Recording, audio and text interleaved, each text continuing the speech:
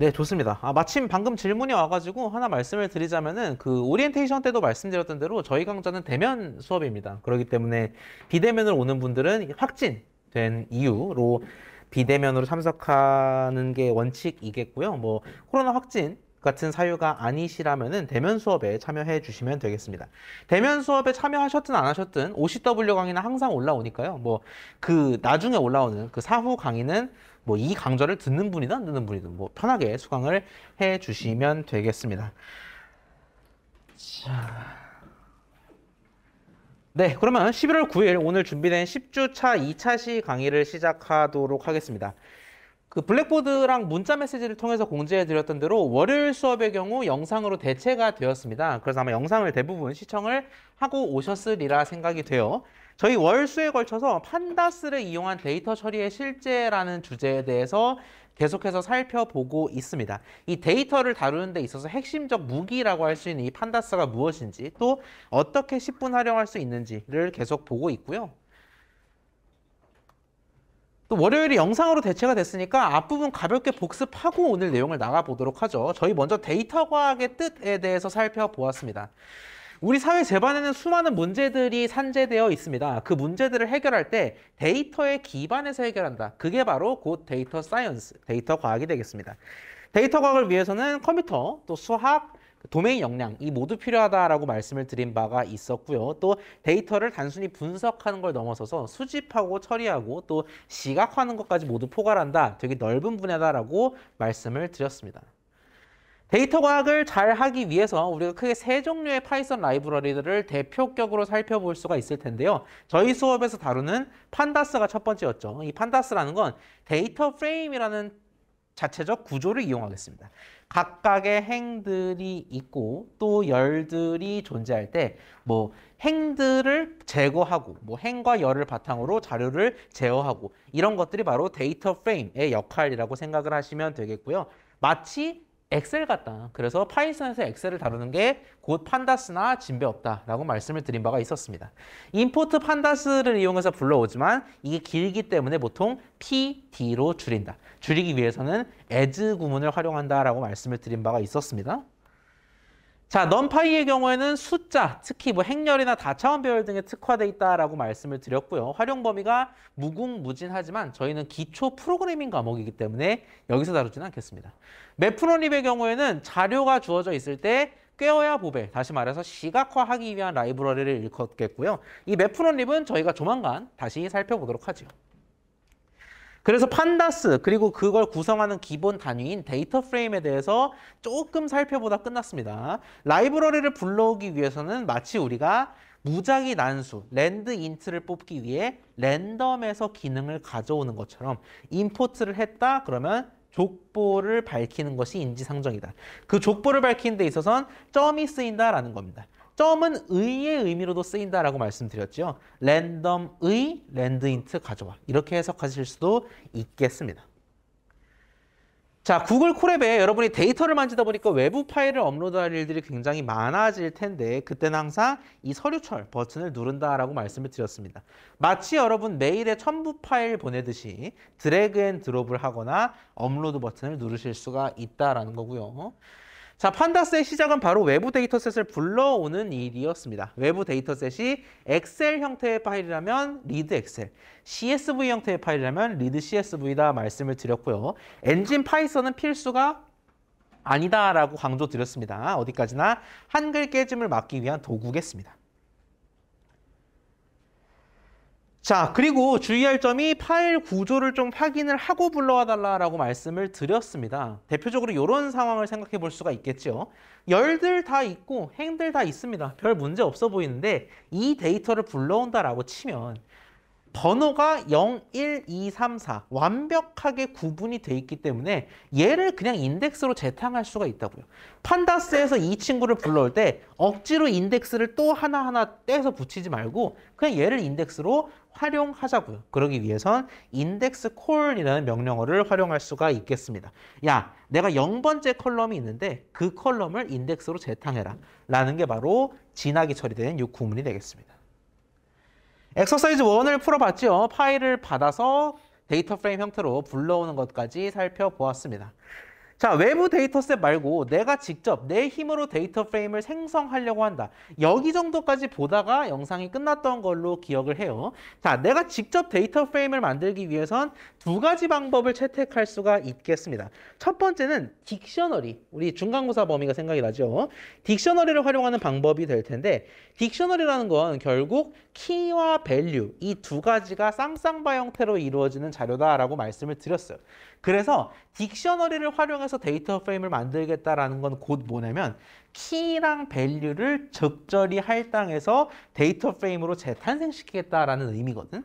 그러면 키엔 뭐가 들어가고 밸류엔 뭐가 들어갈까 하니 10명이 중요하니까 컬럼 네임이 중요하니까 10명을 키로 그 10명에 해당하는 실제 값들을 밸류로 쏴주면 되겠다라는 겁니다. 그래서 오른쪽과 같은 코드가 나왔다라는 거지요. 오른쪽과 같이 dfdict 이름은 이름들, dfdict GPA는 GPA들. 이와 같이 작성한 다음에 마지막에 데이터 프레임으로 한 대 묶어주면 되겠다라는 겁니다. 자, 그래서 중요했던 건 dfdict는 어디까지나 데이터 프레임이 아니라 데이터 프레임을 만들기 위한 기초 자료다. 그래서 이 기초 자료를 바탕으로 만들기 위해서는 pd.dataFrame을 반드시 채택했어야 했다라는 겁니다. 판다스에서 데이터 프레임 만드는 구문 불러와 기초 자료는 있으니까 이렇게 데이터 프레임을 생성할 수가 있었고 난 딕셔너리가 싫다. 그러면 리스트를 활용할 수도 있겠습니다. 다만 이 경우에는 방향이 거꾸로다. 우리가 열들을 가지고 딕셔너리로 데이터 프레임을 만들었다면 이번엔 행들 가지고 만들 수 있다는 겁니다. 김고려 4.0 정보대 한 행, 최하남 3.9 공과대 한 행으로 리스트에 계속해서 세부 리스트를 추가함으로써 데이터 프레임을 만들 수도 있겠다. 다만 이 경우에는 각각이 뭔지를 모릅니다. 얘가 이름이야 뭐야. 그래서 이 컬럼들이 의미하는 바를 컬럼즈로 밝혀줄 필요가 있었습니다. 여기까지 살펴봤던 것 같아요. 자, 오늘부터 살펴볼 첫 번째 내용은 원하는 값을 추출하는 경우를 한번 상정해 봅시다. 김고려부터 자유전공학부까지 이 9개의 값들이 있습니다. 근데 이 중에서 많고 많은 정보 중에 보통 원하는 정보만 뽑고 싶은 경우가 많다라는 거죠. 이를테면 김고려 4.0, 박정보 4.2와 같이. 얘는 지금 어떤 정보만 뽑는 거야?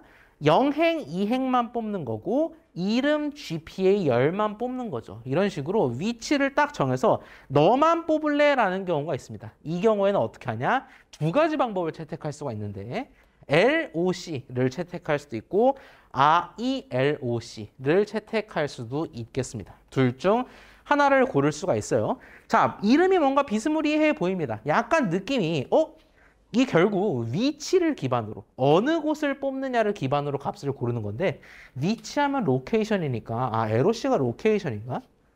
그러면 또 ILOC는 뭐야? 라고 생각할 수 있는데 쉽게 얘기해서 I는 인티저의 I, 숫자를 의미한다 라고 생각하시면 되겠습니다. LOC의 경우 위치 기반 값 선택이에요. 근데 그 위치가 말 그대로 명칭입니다. 명칭 그 자체라면 ILOC는 위치 기반 선택인 건 똑같은데 명칭 대신 숫자로 값을 고르는 거라고 생각하시면 되겠습니다. 어떻게 값을 고르는지는 직접 두 눈으로 보는 게 훨씬 빠르겠죠. 메모장을 한번 띄워볼까요?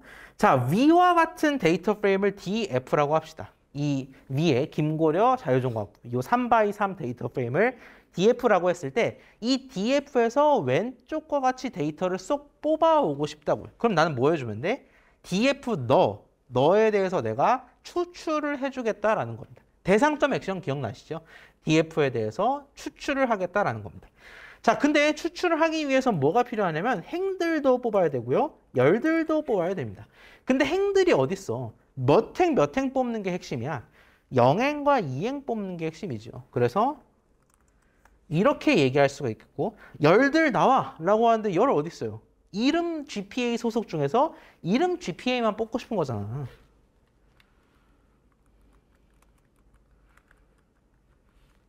이게 끝입니다. 이게 전부예요. DF LOC의 문법은 이게 전부입니다. 어디서 뽑을 거냐를 먼저 얘기하고 어느 행들을 뽑을 거냐, 어느 열들을 뽑을 거냐를 순서대로 얘기해주면 됩니다. 근데 대괄호는 왜 이렇게 덕지덕지 붙어요? 이렇게 하면 안 되나요? 라고 얘기하실 수도 있어요. 아니 뭐 이렇게 해도 되는 거 아닙니까? 라고 반문하실 수 있는데 여러분 제가 뭐라고 했죠? df LOC는 행들, 콤마, 열들의 형태의 문법을 가진다고. 다시 말해서 이런 식으로 파이썬한테 넘겨주잖아. 우리는 고등하고 똑똑한 인간이니까 여기까지가 행들이라는 걸 알아요. 근데 파이썬에 투입시키면 어디까지가 행인지를 어떻게 알아? 그래서 콤마가 많으면 배가 아니라 코드가 산으로 간다. 그래서 콤마가 많으면 얘가 어디까지 행인지 알 길이 없으니까 여기까지 행입니다. 여기까지 열입니다. 결국 헷갈리지 않게끔 묶어주라라는 겁니다. 아니 그러면 헷갈릴 필요가 없으면 예를 들어 영행만 뽑고 이름만 뽑는다. 이러면은 대괄호 안 붙여도 되나요? 네, 이럴 땐 안 붙습니다. 어디까지나 행, 콤마, 열이라는 원칙인데 얘는 여러 개니까 꼬일까봐 한 덩어리로 묶어준다라고 생각을 하실 수가 있겠습니다. LOC는 이런 스타일이에요. 아니 그러면 ILOC는 영원한 짝꿍인데 숫자 쓴다는 것만 다르다라고 얘기했잖아. 아 그럼 진짜 그게 전부인가? ILOC라는 건 똑같습니다. 문법적으로 똑같은데 숫자로만 바꿔치기 해주면 돼요. 근데 천운이게도 0과 2는 이미 숫자입니다. 그래서 놔두고요. 이름과 GPA만 숫자로 바꾸면 되는데 이름을 숫자로 바꾸면 대체 어떻게 될까요? 우리 숫자로 바꾼다라는 건 결국 몇 번째 열인지 나와! 라고 손을 뻗는 거잖아. 근데 이름 GPA 소속 순서대로 몇 번 열이겠어? 빵번열, 1번열, 2번열일 거 아니에요. 그래서 이름 대신 빵번열을 불러주고요. GPA 대신에 1번열이라고 불러주면 됩니다. 이렇게 단순할 수가. ILOC는 다 똑같은데 숫자로 불러주는 것만 다르겠다라는 겁니다. 이런 식으로 접근할 수 있어요. 자, 그러면 LOC, ILOC를 직접 써보면서 우리가 배운 게 정말 잘 통하는지, 만약 안 통한다면 문법적으로 어떤 부분에 주목해야 되는지 살펴보도록 합시다. 여러분 코랩을 켜주실까요? 자, 화면이 다시 공유가 되고 있으실 겁니다. 데이터 프레임에서 원하는 값을 추출하는 거를 한번 저와 함께 해볼 텐데 우리 그 전에 이름 날리겠습니다. GPA 소속 0, 1, 2에 해당하는 인터넷이 좀 불안정한 것 같아서 잠깐 다시 볼게요.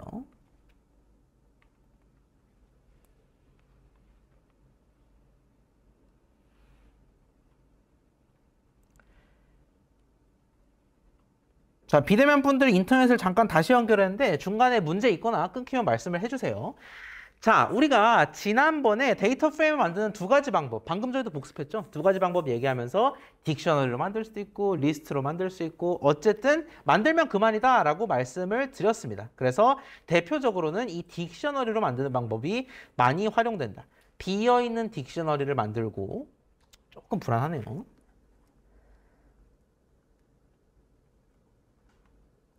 네, 다시 한번 비어있는 딕셔너리를 만들고 그 상태에서 새로운 키값의 밸류를 대응시킨다. 아직 안 만든 분들은 따라 만들어 보시면 되겠습니다. 지금 바로 영상 안 보신 분들도 있으니까.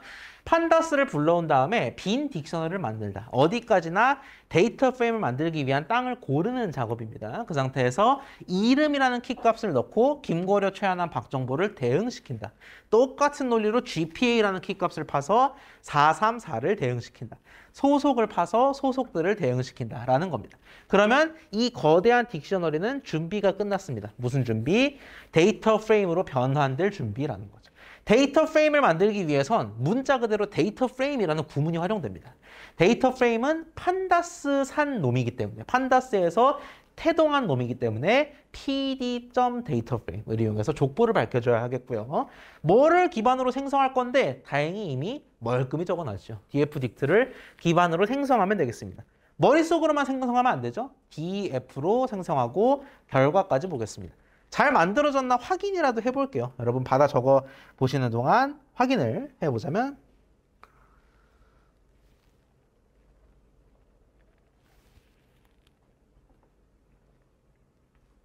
조금 걸리죠.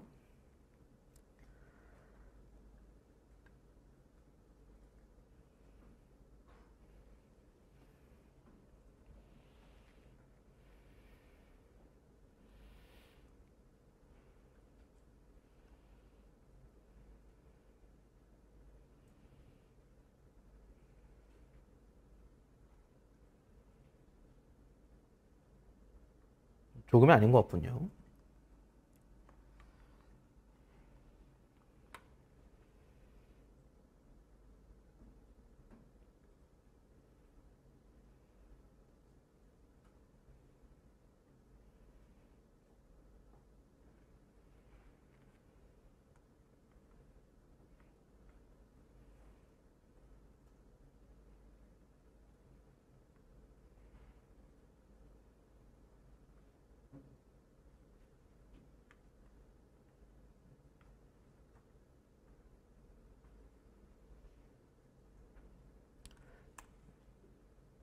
다시 연결해 보겠습니다. 느리게 돌아간 덕분에 여러분이 받아 적을 시간은 충분하셨을 것 같아요. 자, 다시 한번 실행해 보겠습니다.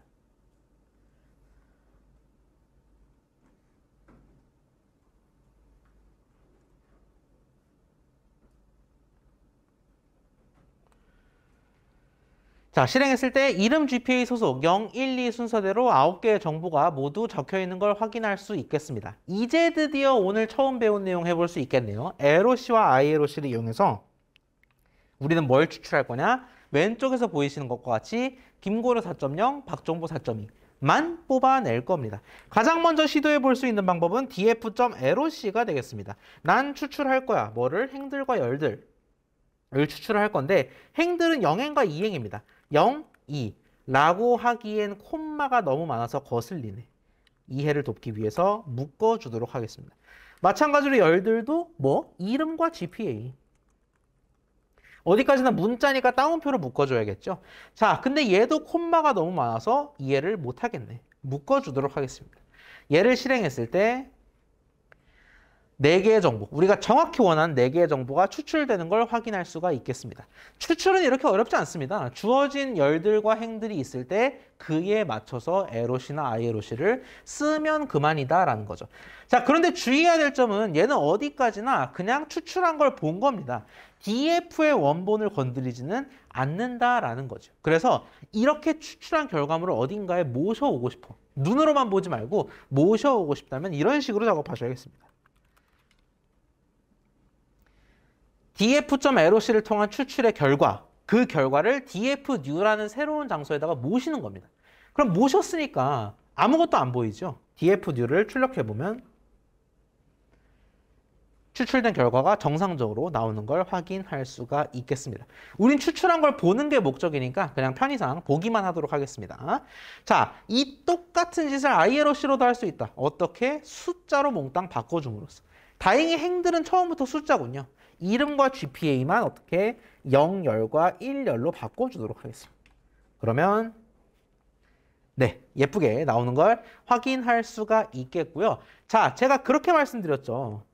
이 대괄호를 억지로 하나 더 써주는 건 어디까지나 콤마가 헷갈리지 않게끔 하기 위해서다. 만약에 내가 1행 1열, 즉 어디겠습니까? 드래그가 잘 안 되네요.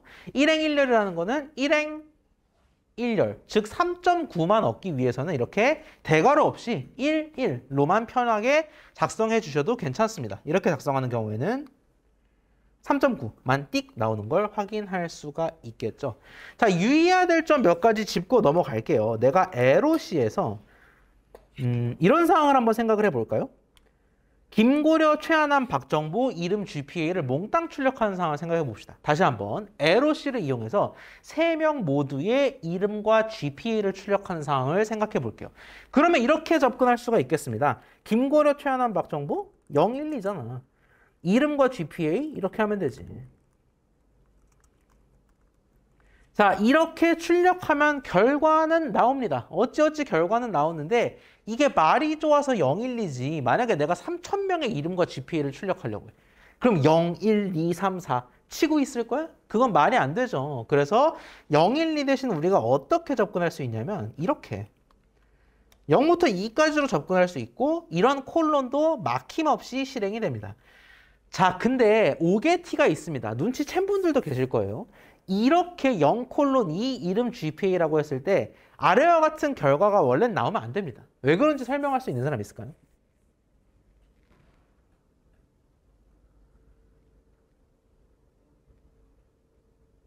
다시 한번? 그죠? 프린트를 안 한 부분도 있는데 저번에 제가 지나가듯이 아주 살짝 말씀을 드렸거든요.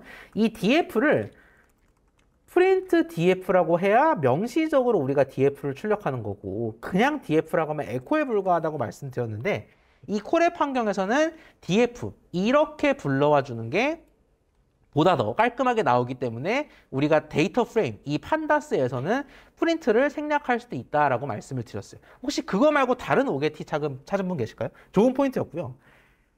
이렇게 0:2 이름 GPA라고 했을 때 이런 아웃풋이 사실 나오면 안 됩니다. 우리가 지금까지 배웠던 논리대로. 왜 그러지? 다시 한번. 그렇죠. 정확하게 언급 주신 대로 이 콜론 오퍼레이터, 콜론 앞뒤에 수가 붙는 경우에는 0부터 2까지가 아니라 0 이상 2 미만, 다시 말해서 이 직전에 발을 뗐어야 된다라는 거죠. 근데 박정보 씨 정보 다 나왔잖아요. 이거 어떻게 된 거야? 자, 결론부터 말씀드리자면 에러 씨와 아이에러 씨의 가장 큰 차이 뭐라고 말씀드렸죠? 에러 씨는 숫자랑 아무런 관련이 없습니다. 명칭 가지고 뽑는 놈이고요. 아이에러 씨가 숫자 가지고 뽑는 놈이다라고 말씀을 드렸죠. 그걸 반대로 생각하면은 에러 씨의 경우에는 숫자 가지고 뽑는 게 아니기 때문에 이 문법, 콜론에서의 문법도 숫자로 적용되지 않는다라는 겁니다. 우리 0 콜론이라고 했을 때 0 이상 2 미만이다. 이런 거는 어디까지나 언제 적용된 거야? 숫자일 때 적용이 된 거잖아요. 근데 얘는 지금 숫자가 아니에요. 물론 눈으로 봤을 때 숫자지, 실체도 숫자지만 얘는 그저 행번호, 즉 인덱스가 0, 1, 2이기 때문에 이렇게 표기를 한 거고요. 우리가 생각하는 숫자 문법은 안 돌아간다라고 편하게 생각하시면 되겠습니다. 다시 말해서 아, 맞아. 콜론은 앞은 이상, 뒤는 미만이 맞아. 근데 에러 씨는 숫자 취급을 안 한다며. 그러니까 그냥 0부터 2까지가 몽땅 출력되는 거다라고 이해하시면 되겠습니다. 반대로 갈까? 아니 그러면 지금 강사님이 말씀하신 논리에 따르면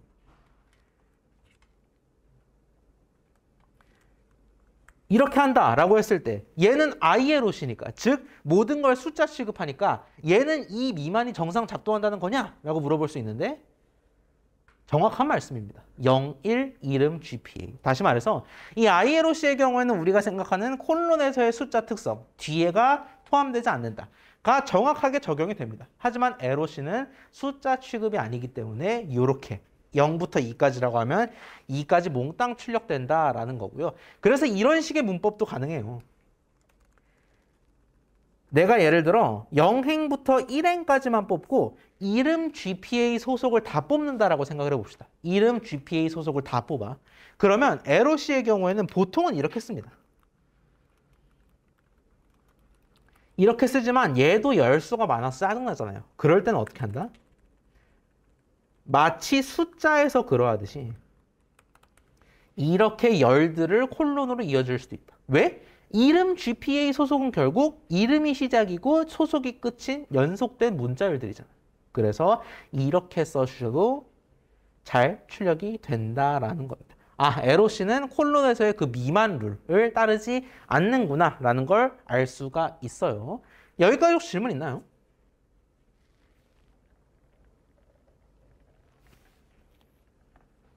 자, 이렇게 에러씨와 아이에러씨를 이용해서 명칭이냐 숫자냐의 차이는 있지만 원하는 위치의 값을 추출할 수가 있었습니다. 자, 손을 한번 풀어볼까요? 엑서사이즈 2. 위 표와 동일한 형태의 데이터 프레임을 일단 만들어 보시기 바랍니다. 이게 첫 번째 문제고요. 그 뒤에는 세 가지를 푸시면 되겠습니다. 상호명시 구에 해당하는 열만, 즉 행은 전부입니다. 행은 전부지만 상호명시 구만을 iLOC로 추출해 보시고 2번은 LOC를 이용해서 3번은 iLOC를 이용해서 각각 원하는 정보들을 추출해 보시기 바랍니다. 여기까지 풀면은 데이터 프레임을 직접 만들고 추출하는 일은 아마 웬만해선 다 편하게 느껴지실 거예요. 이 문제 풀 시간 좀 드려보도록 하겠습니다.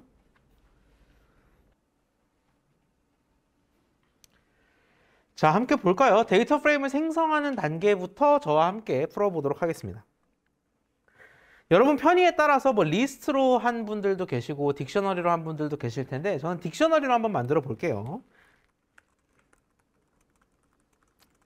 자, 이미 눈치챈 수강생분들도 있겠지만 임포트 판다스 또는 임포트 랜덤과 같은 이 임포트 구문의 경우에는 한 번 불러오잖아. 그러면 동일한 라이브러리 혹은 모듈은 여러분이 런타임을 초기화하거나 콜앱을 끄기 전까지 남아있습니다. 그래서 다시 불러오실 필요는 없어요. 다만 여기서는 코드의 정합성을 위해서 그냥 불러왔다라고 이해해 주시면 될 것 같고요.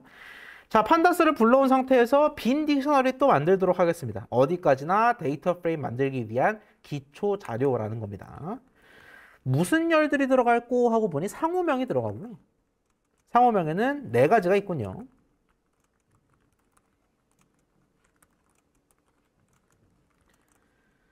마찬가지 논법으로 우리가 키와 밸류를 선언하도록 하겠습니다. 키에는 C가 들어가고 모두 서울특별시입니다.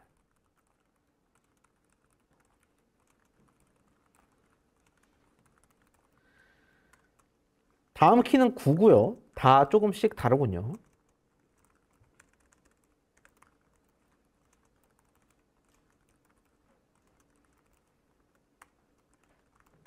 마지막 키는 동이고 마찬가지로 밸류들을 선언해 줄 수가 있겠습니다.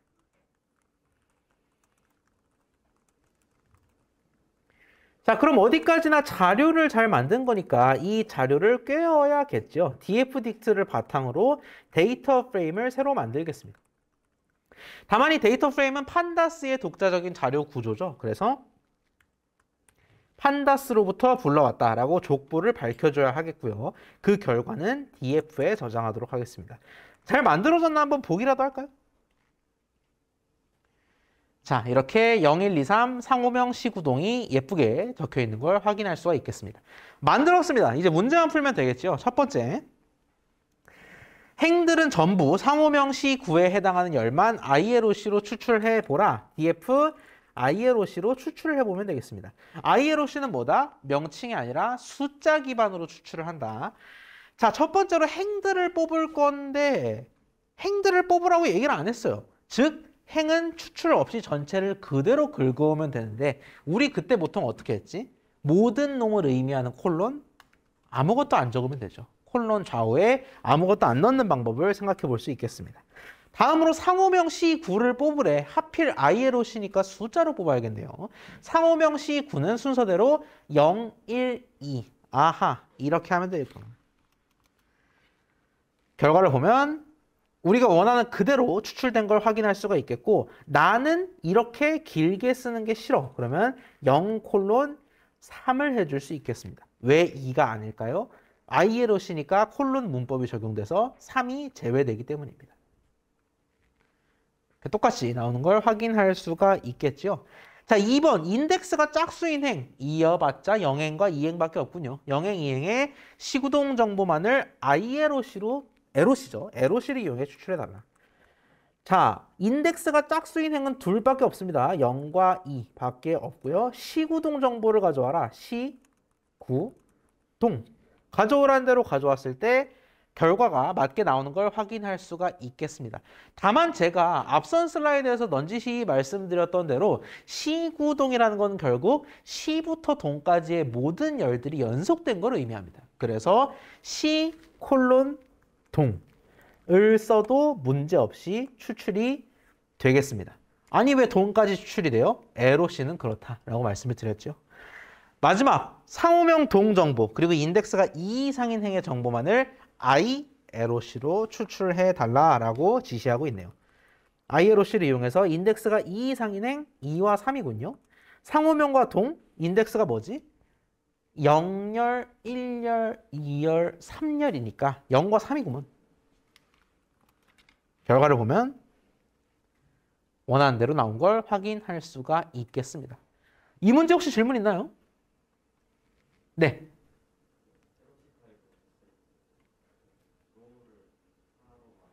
네.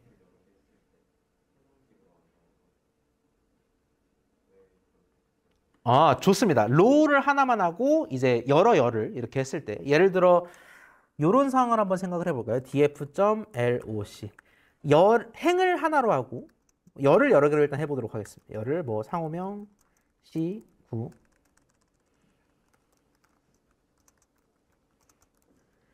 이런 식으로 했을 때 일단 이 친구가 문법적으로 실행에 문제가 없는지를 먼저 주목해 보도록 하겠습니다. LOC는 명칭으로 불러라 라고 했어요. 명칭 다 맞고요.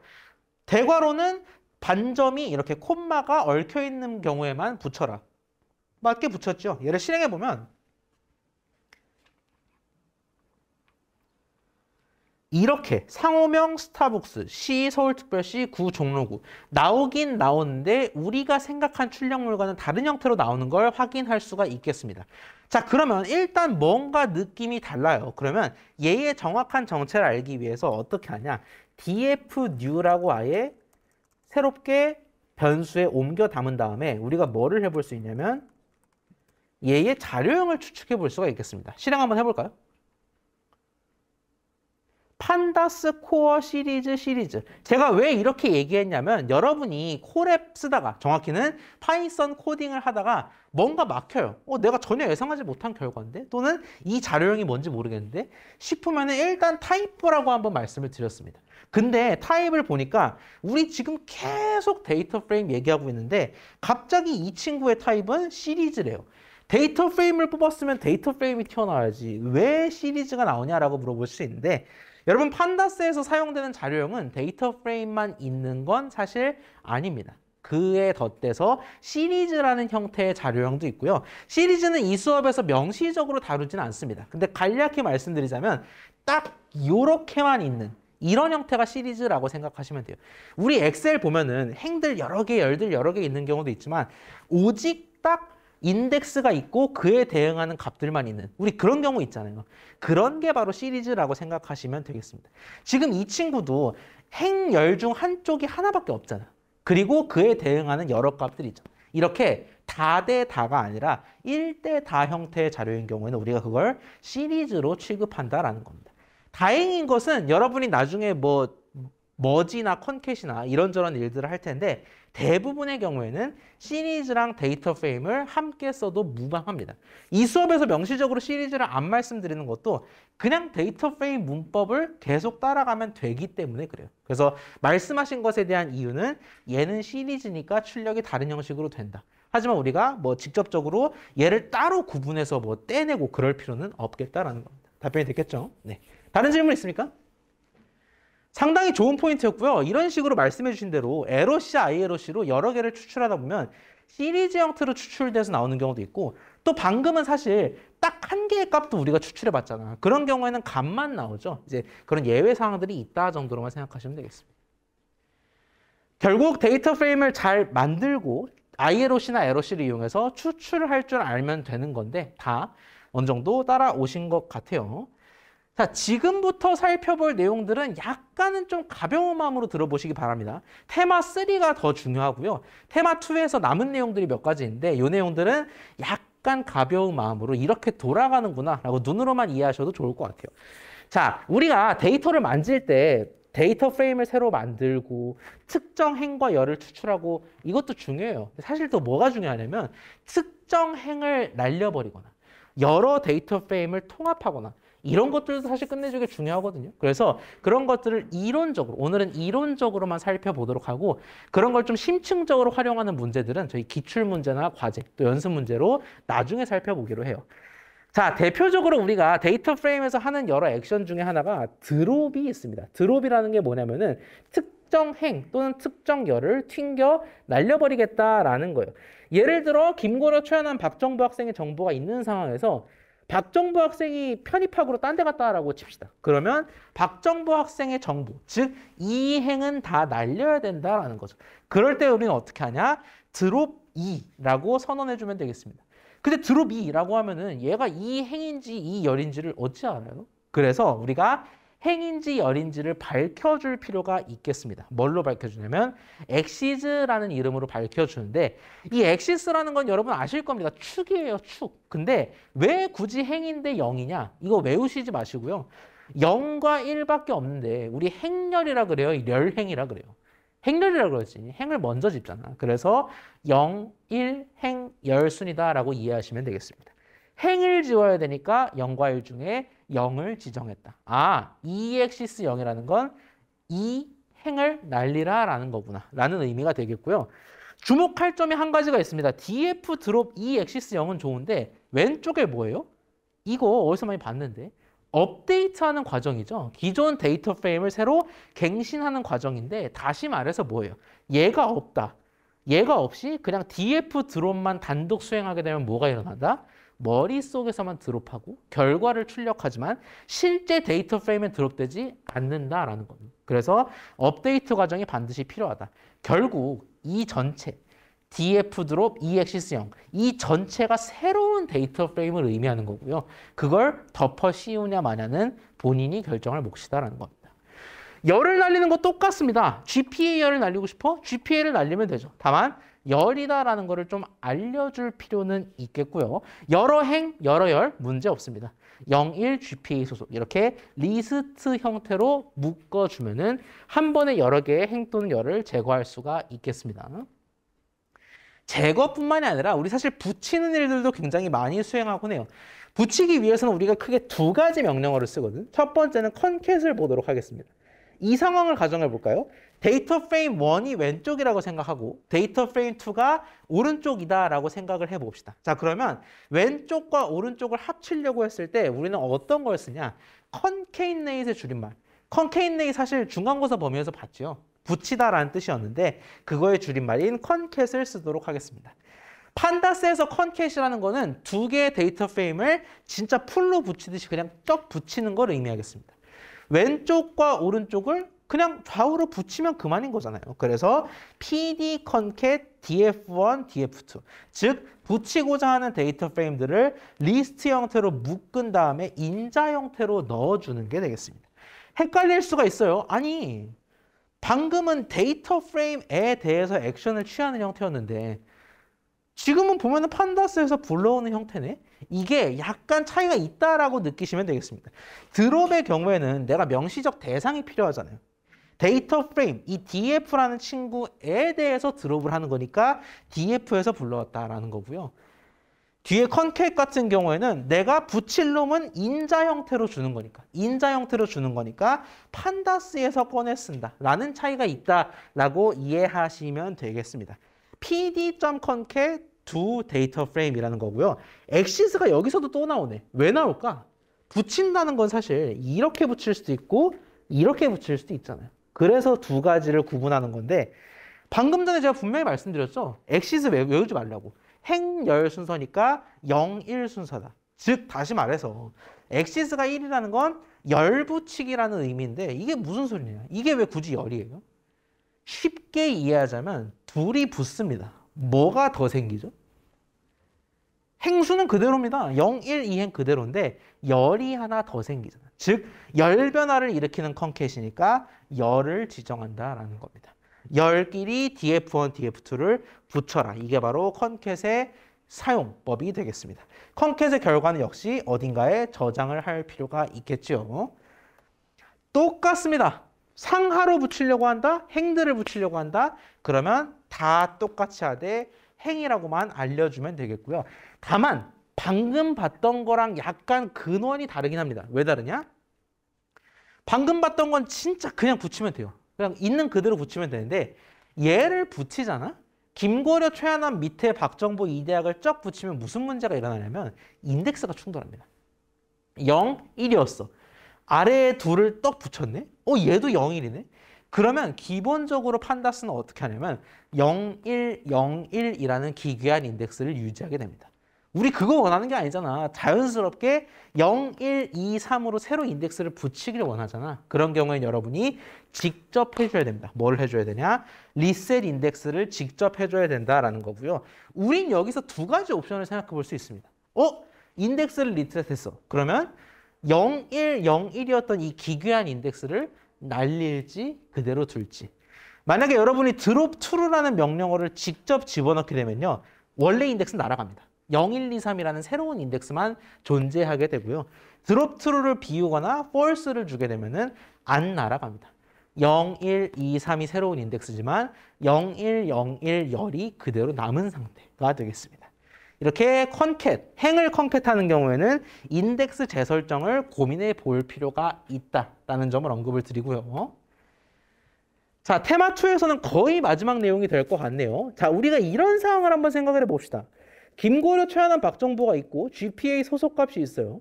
한편 두 번째 데이터 프레임에서는 김고려 최한암 박정보가 있고 출석열과 등록학기가 있습니다.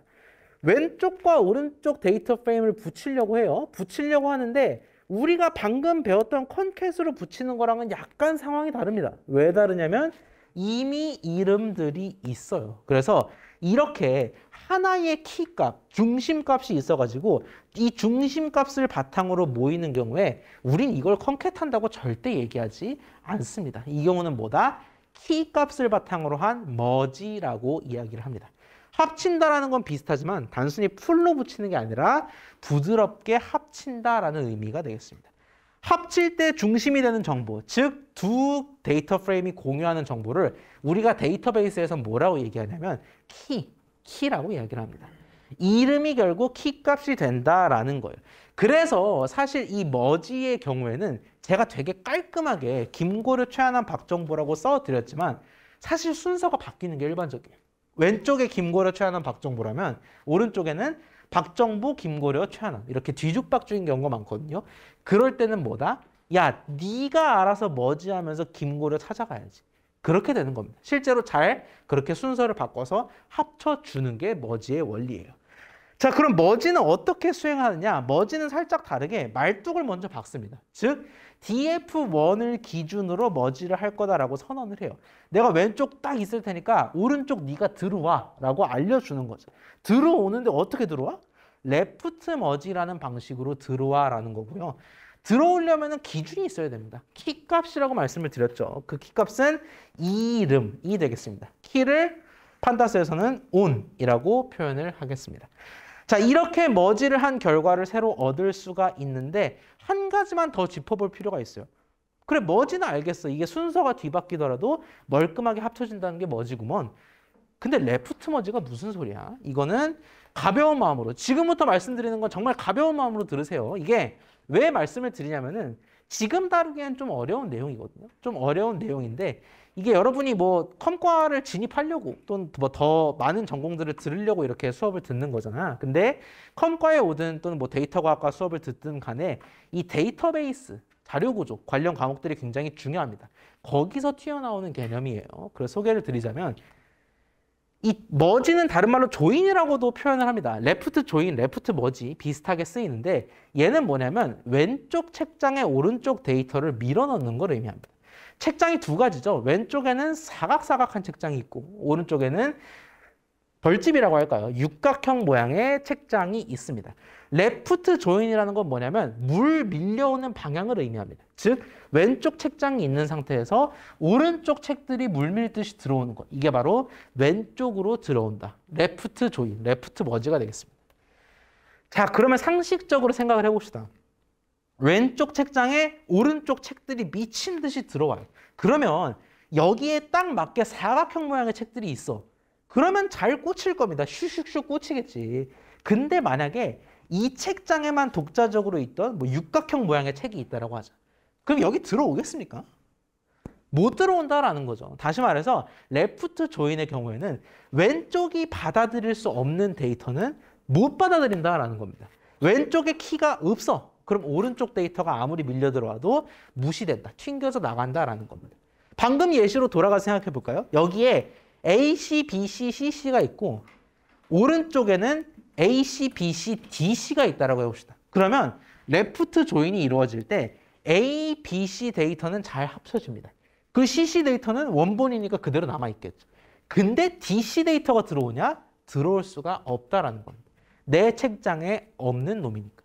그게 바로 레프트 조인이라는 거고요. 라이트 조인은 뭐겠습니까? 그럼 오른쪽 책장이 감내할 수 없는 놈은 안 들어온다. 그 키는 튕겨나간다라는 게 되겠습니다. 여기까지 들으면은 뭐 이런 게 시험에 나온다라는 게 아니라 아우터 조인, 이너 조인도 대충 느낌이 오겠다 하는 분들이 있을 거예요. 아우터 조인은 뭐예요? 한쪽에라도 키가 있으면 무조건 다 포섭한다라는 게 되겠고 이너 조인은 마치 교집합. 두 쪽 모두 키가 있어야만 합쳐진다라는 의미가 되겠습니다. 이 내용은 사실 직접 머지를 해보면서 익혀지는 부분이라서 가볍게 이론적으로만 듣자라는 차원에서 소개를 드렸고요. 자, 우리가 데이터 프레임을 열심히 작업을 했습니다. 뭐 드랍을 하든 추출을 하든 작업을 했다면 그 결과를 실제 파일 형태로 보내려는 일들이 많거든요. 그럴 땐 to.csv, read CSV를 했다면 이젠 to.csv를 이용해서 파일을 보낼 수가 있다라는 겁니다. 보내면 어디로 갈까요? 보내면 우리가 잘 알고 있는 콜의 파일 탐색기. 그 서류철 버튼을 눌렀을 때 나오는 이 탐색기에 파일이 올라가게 되겠습니다. 그 점 참고해 주시면 좋을 것 같아요. 여기까지 혹시 질문 있나요? 자, 마지막 테마인 데이터 필터링까지 보고 마치도록 하겠습니다. 데이터 추출은 이미 했는데 뭔 또 똑같이 필터링이에요? 라고 묻는 분들이 있을 텐데 추출과 필터링은 다릅니다. 여기서 1행, 2행, 이름 GPA 가져와. 이런 건 추출입니다. 추출인데 우리 필터링이라는 건 보통 엑셀에서 많이 하잖아요. 깔때기 모양으로 데이터 필터하는 거. 그거 뭐 하는 기능이에요? 학점이 4.0 이상인 애들한테만 장학금 주게 필터링 해와. 출석률이 90% 미친 애들 뭐 점수가 어떻게 되게 가져와.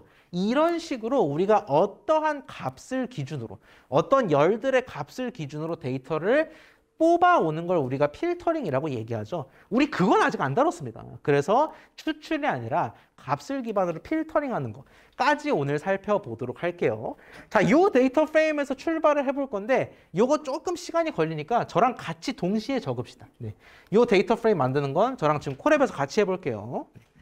저를 따라오셔도 좋고 강의 자료에 있는 거 보고 그대로 적으셔도 좋습니다. 어쨌든 요 20개 정보가 담긴 거 지금 만들어 볼게요. 저는 오늘 했던 방법처럼 그대로 딕셔너리를 이용해서 만들 건데 리스트로 만들고 싶은 분들은 그러셔도 됩니다. 괜찮습니다. 딕셔너리를 이용해서 만들어 볼게요. 저는 인 상태에서 같이 만드시면 되겠습니다. df 딕트를 빈 상태로 새로 선언하고 이번에는 좀 사이즈가 큽니다. 총 5개의 열들이 들어가니까 5개의 키. 이름은 김고려부터 이대학까지.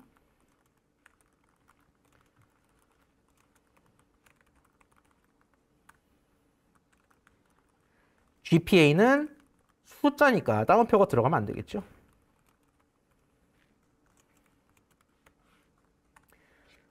점과 콤마가 섞여 있으니까 그 점에 좀 주의를 해주시고요. 소속은 정보대부터 자유전공까지.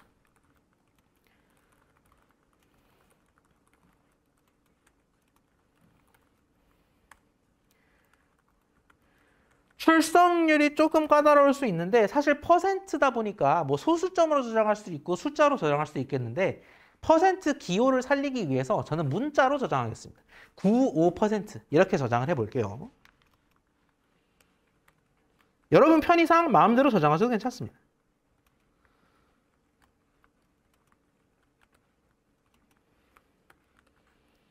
마지막으로 등록학기까지.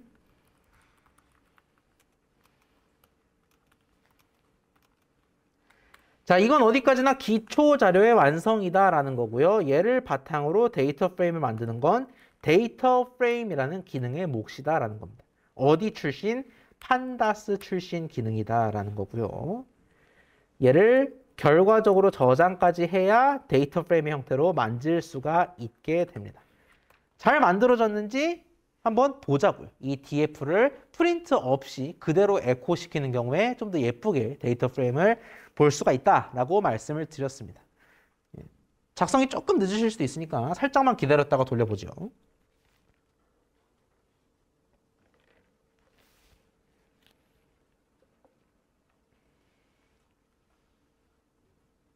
이름, GPA 소속, 출석률, 등록 학기, 그리고 4명의 정보가 잘 작성했다면 데이터 프레임에 예쁘게 담길 겁니다.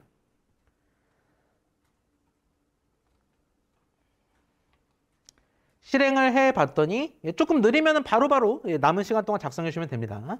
이름부터 등록학기 2학기까지 완벽하게 들어간 걸 확인할 수가 있겠습니다. 이게 딕셔너리를 이용한 생성. 나는 싫다. 리스트로 하고 싶다. 리스트로 하셔도 괜찮겠습니다. 자, 이렇게 4명의 정보를 몽땅 다 담았습니다. 우리는 지금 뭘 하고 싶냐면은 GPA 4.0 이상인 학생들만 나와와 같이 특정 값을 가지고 데이터들을 필터링하고 싶습니다. 추출과는 근간이 다르다라고 이야기했습니다. 자, 조건에 따른 데이터 필터링. 정말 천만다행이게도 약간 새롭게 느껴질 수 있지만 이 두 스텝 자체는 불변입니다. 다시 말해서 이 두 스텝만 거치면 어떠한 필터링도 다 가능하다라는 이야기입니다. 자, 스텝은 2가지인데 첫째, 조건을 나타내는 변수를 설정합니다. 변수를 새로 만든다라는 건데 조건 변수잖아. 그럼 이름이 뭐인 게 딱 좋겠어? 컨디션의 준말인 COND로 하는 게 적절하겠죠? 이렇지 않아도 됩니다. 하지만 저는 편의상 컨디션의 준말인 COND라고 변수를 만들어 볼게요. 여기엔 뭐가 들어가냐면 진짜 배기 조건이 들어갑니다. 조건을 어떻게 작성하는지는 조금 이따 살펴보도록 하고 2번째 스텝은 뭐냐면 조금 이게 낯설 수도 있어요. DF의 LOC를 수행합니다. LOC는 추출을 위해 쓰이는 거였는데 근데 이 LOC에 대괄호 안에 뭐를 넣냐면 콘드를 통째로 넣겠습니다. 우리가 보기에는 좀 낯설 수 있습니다. 아니 분명히 LOC는 행들 열들을 받아가지고 추출을 한다며. 근데 이런 식으로도 활용될 수가 있어요. 이렇게 DF LOC 콘드를 수행하면 여러분이 그토록 원했던 실제로 어느 정도 원했는지 모르겠습니다만 여러분들이 원했던 이 데이터 프레임이 쏙 나옵니다. 근데 어딘가에 나와야 될 거 아니야. 그러니까 편의상 df new. 반드시 정해진 규칙이 아닙니다. df new로 편의상 만들었다라는 거예요. 이 추출한 결과물을 df new에다가 넣고 얘를 출력하면 정말 예쁘게 짠! 이 주황색 평균학점 우수 학생들만 출력이 된다라는 겁니다. 야, 그럼 진짜 하나 남았네. 뭐만 남았어? 조건을 어떻게 쓰는지만 남았는데 이 친구도 사실 황당할 만큼 단순합니다.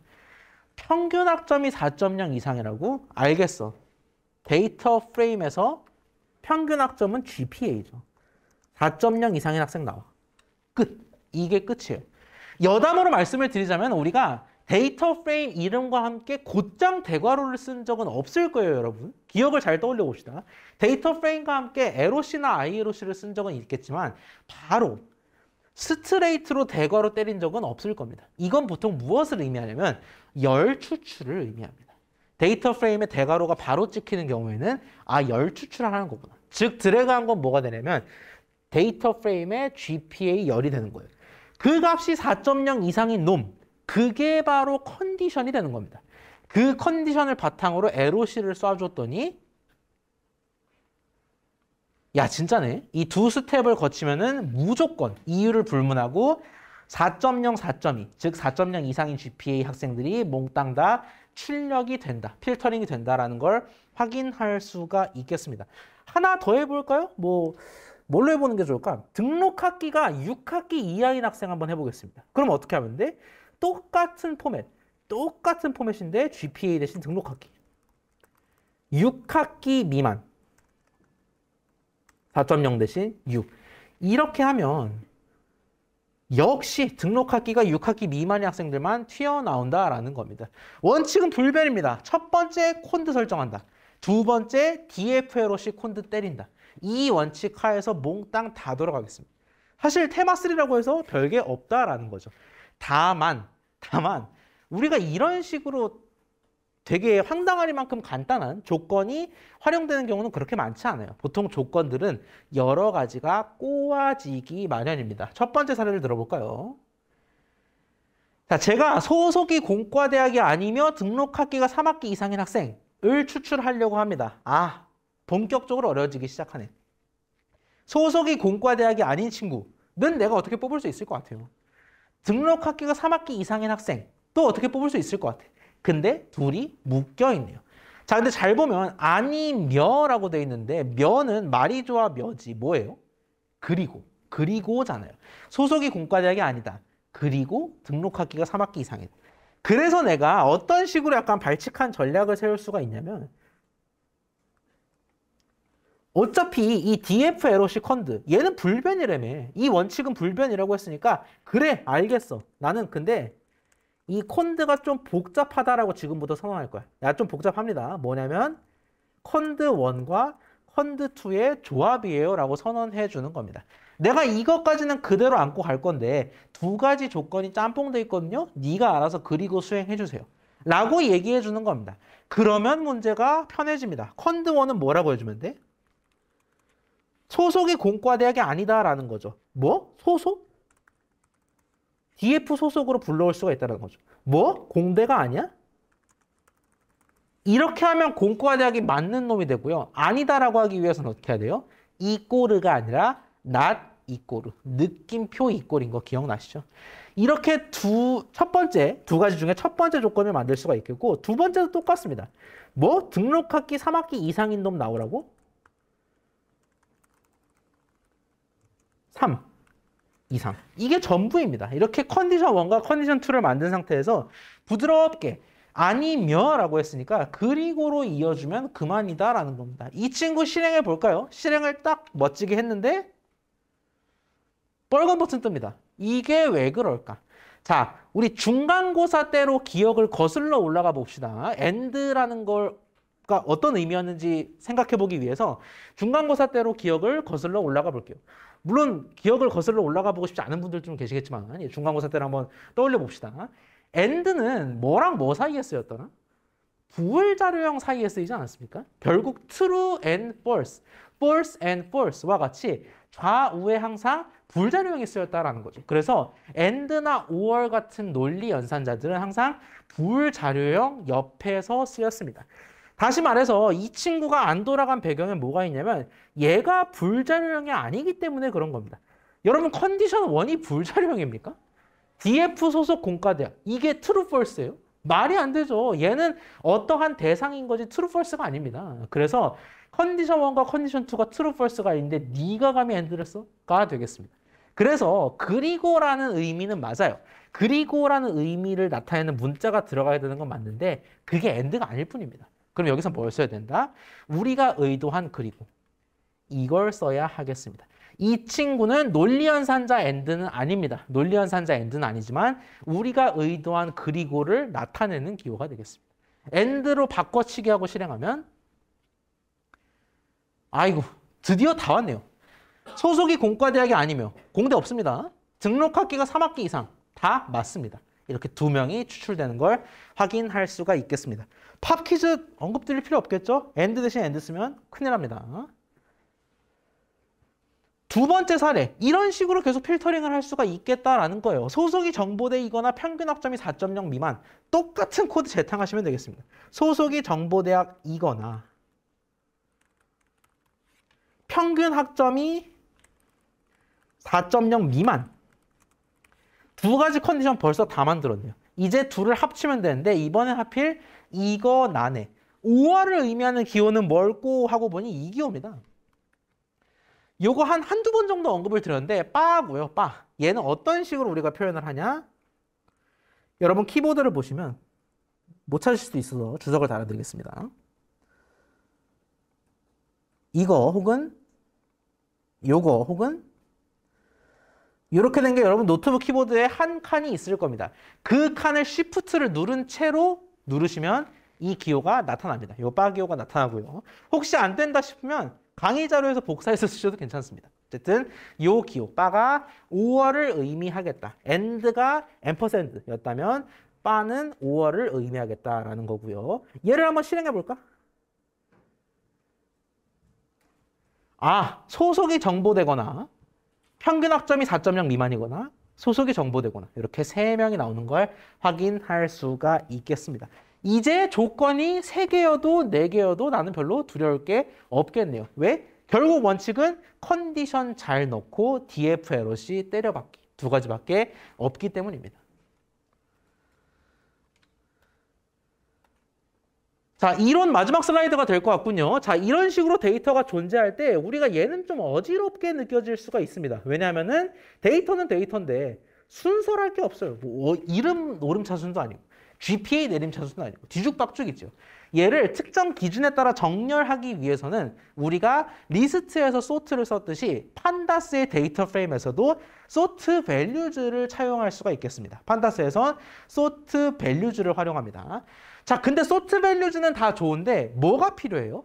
리스트는 정렬 기준이 명확했기 때문에 그냥 sort 때리면 되잖아. 근데 얘는 기준이 없으면 뭘로 정렬할 거야? 그래서 기준, by라는 걸 이용해서 기준을 설정합니다. 예를 들어 내가 학점이 낮은 분부터 보고 싶어. 그러면 by GPA라고 설정해 줘야 되고요. ascending은 어떻게 해야 되겠습니까? 낮은 학생부터 본다라는 건 높아질 일만 남겠다라는 거죠. 오름차순으로 보겠다라는 거니까 ascending에 true라는 옵션을 걸어준다. 돌려보진 않겠습니다. 이렇게 sort values를 이용해서 새로운 데이터 프레임을 얻을 수 있다. 얘도 이런 식의 문법인 거 보니까 이 덮어쓰기를 안 하면은 원본 데이터 프레임은 건드리지 않겠구나라는 것도 알 수 있겠습니다. 여기까지 질문 있나요? 자, 엑서사이즈 3번은 별도의 파일이 필요한데 제가 블랙보드에 올려드렸습니다. 혹시 못 찾으신 분들은 재접속을 해보세요. 블랙보드의 강의자료 탭에 서대문.csv를 올려드렸고 이런 데이터 프레임입니다. 이런 서대문고대 우체국 정보인데요. 인근 공사로 인해서 다음 달부터 남가자동, 북가자동 우체국은 못 간다라고 합니다. 그럼 내가 다음 달에 이용 가능한 우체국은 어디일까요? 라고 이렇게 데이터 프레임 형태로 출력하라라고 말씀을 드렸는데 제가 뭐 여러 상황을 드렸지만 이거 뭐 하라는 문제야? 남과자, 북과자 바탕으로 필터링 하라라는 문제죠. 데이터 필터링 한번 익혀보라라는 차원에서 드린 문제겠습니다. 오늘 풀기에는 시간이 좀 없을 것 같군요. 요거는 각자 한번 풀어보시고 제가 풀이는 항상 솔루션 그 파일에 올려드리니까 솔루션과 대조해 보시면서 혹시 잘 안 풀린다 또는 뭐 해설 강의가 듣고 싶다 하는 분들은 제게 메일을 주시기 바랍니다. 자, 공지해드린 대로 다음 주 월요일은 정상적으로 대면 수업으로 뵙겠습니다. 저희는 주말 잘 보내고 다음 주 월요일에 이 자리에서 뵙겠습니다.